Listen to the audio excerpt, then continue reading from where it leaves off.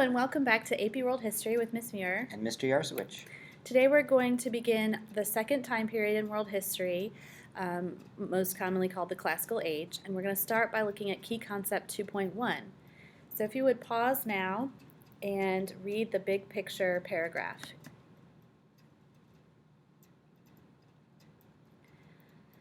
Okay, the first key concept in period 2 is all about religion. And so a big vocabulary word that we would like you all to be familiar with is the Axial Age. Now, the Axial Age, you can see it kind of looks like the word axis. And it's so-called, if you look at this map here, you can see two new religions, major religions, Christianity and Buddhism, but there were other religious traditions that were being developed at this time, and it's a major turning point, like the wheel turns on an axle, in world history. Great. So some things that we want you to keep your eye on in terms of big patterns as we look at these religions of the Classical Age. For one thing, religions created a common bond among their followers. And here you see how does that happen? Well, most simply, the fact that worshipers come together to practice their religion, whether it's actually through worship or in going through religious ceremonies and rituals on holidays. It brings the people together, very similar to that idea of school spirit that we talked about in Key Concept 1.3. A second common theme we see is that rulers are using the beliefs and practices in these religions to help support their authority and help justify why they're in control. What you see here is an image, Roman emperors particularly often claimed divinity in order to bolster their authority. And then the last pattern that we take a look at with religions in this time period is we often see religion at the center of various conflicts. Most often that's like an internal conflict. And so this image you see Chinese Confucian scholars being persecuted. On the left side you see their books being burnt, and on the right side you see the scholars being thrown into a pit. This was during the Qin dynasty in the Classical Age. Codification, another great vocabulary word, is really the formal writing down of beliefs and practices. We saw the codification of laws in Hammurabi's code in period Key Concept 1.3. Here we're going to look at some of the religions that existed in the River Valley era being formalized and written down. And we're going to focus on two of them, and that's Hinduism and Judaism. In Judaism, around the beginning of this classical era, they're going to assemble and write down into a single source their religious text, the Torah. And that's bringing together stories and texts that had been written over centuries and putting them in a single place, and this really becomes the center of their religious worship. There's influence here. We have it, Judaism wasn't mentioned in period 1, but it's in the region of Middle East, and it has a lot of influences that it draws from Mesopotamian cultures at the time. So, for instance, we read in class from the Epic of Gilgamesh, there's a story of the flood that's quite common in different cultures of that region from this time period. That is in, obviously it's the story of Noah and the Ark. Right.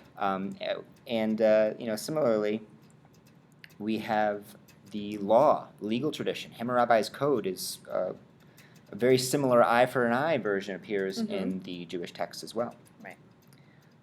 As Judaism lasts, one thing that we saw in the Middle East in general is that they're subject to a lot of invasions and a lot of war and tumult. And as different great powers come over and conquer their cities, they are spread throughout those empires. And so this creates the Jewish diaspora. And so here you can see a diaspora that's being formed in the second half of the classical era when Rome is the big power that's dominated them, and then the Romans destroy the temple and Jews sort of move to all of these different places, and they continue their traditions because they have that text. They can bring the text with them, and it makes the religion portable in a sense.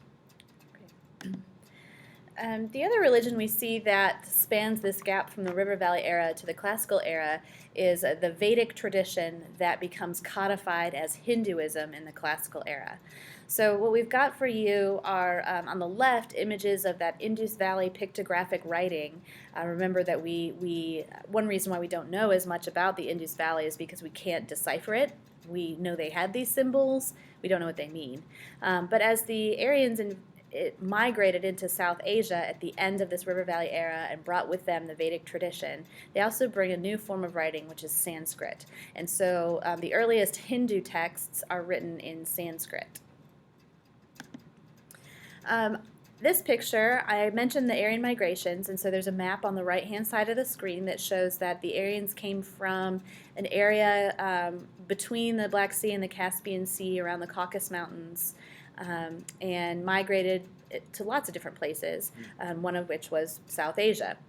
On the left-hand side, what we see is the emerging caste system. So we read references to this caste system in the Rig Veda, and this is on the left is a visual graphic showing the different caste systems as like a pyramid. And that's typically how we discuss social hierarchies, is looking at a pyramid, because at the top are the elites, and there are fewer elites than there are people at the bottom, the sort of everyday common people. So here are the castes.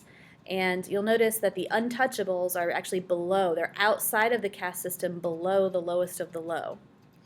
And you'll notice also, if you remember in the Rig Veda, the division of the god, the different parts of the body, it actually corresponds to here.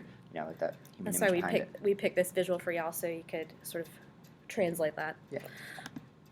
On this slide, you're going to see some images of Hindu art, and we picked this picture here on the left. It'd be great if you would pause and see how to interpret these images. You can see what the various symbolisms in Hindu art mean. So go ahead and pause now and read through those. And we also have another Hindu image.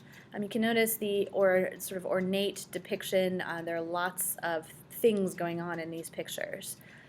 And again, it's another example of how culture reflects religious beliefs.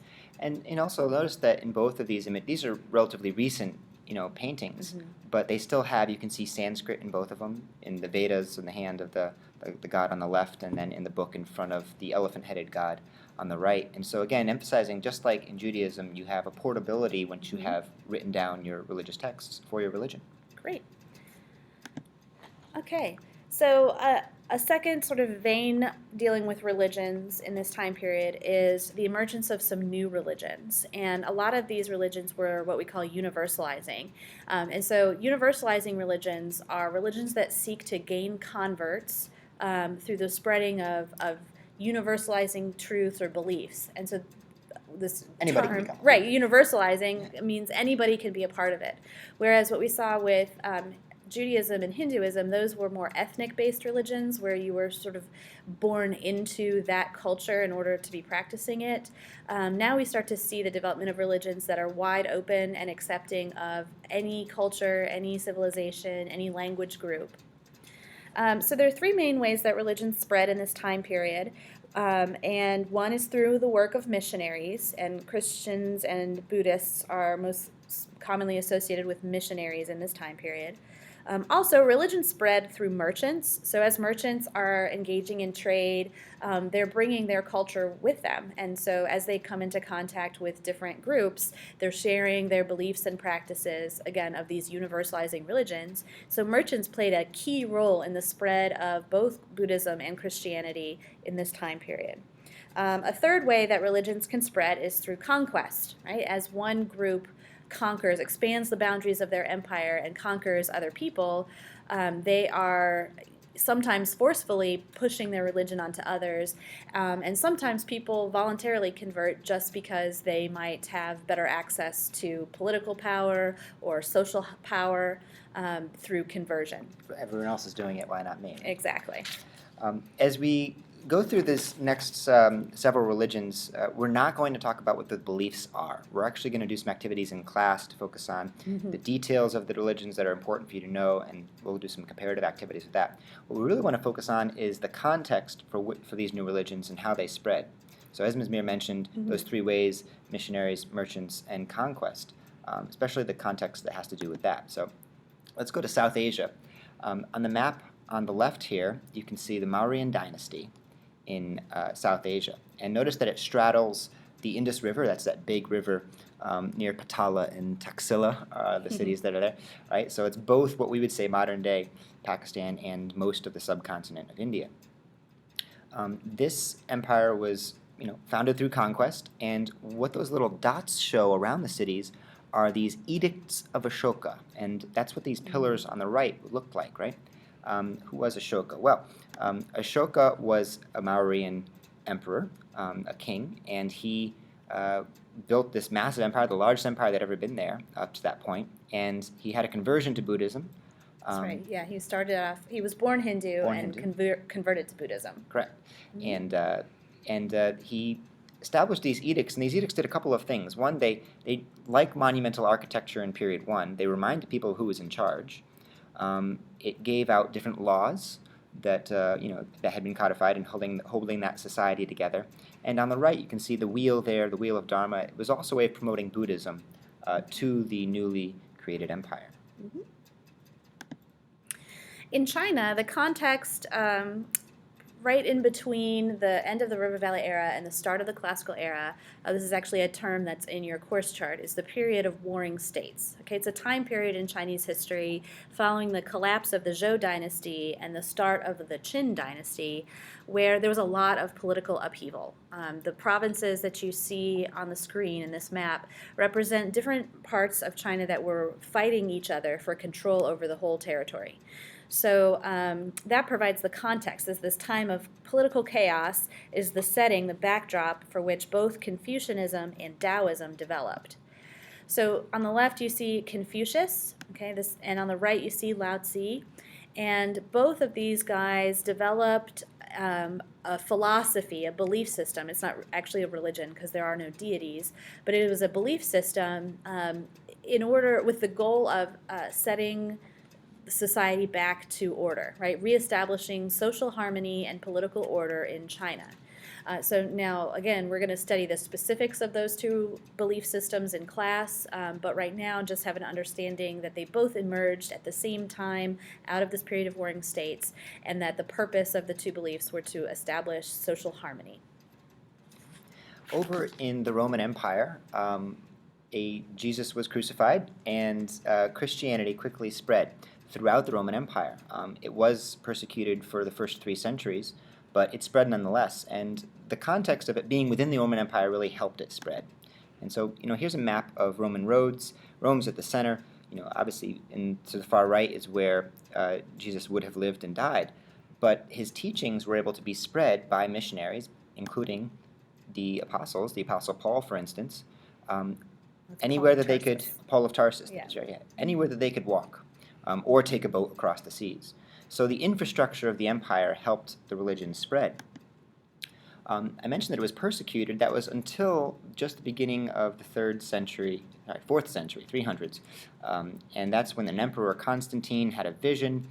He was fighting for supremacy of the whole empire. He had a vision of the cross, and so the story goes, conquered, won, legalized Christianity, and then Christianity became sort of a norm throughout the empire. So we see the interplay of both the infrastructure of empires and the role of emperors in promoting the spread of religions. Yep.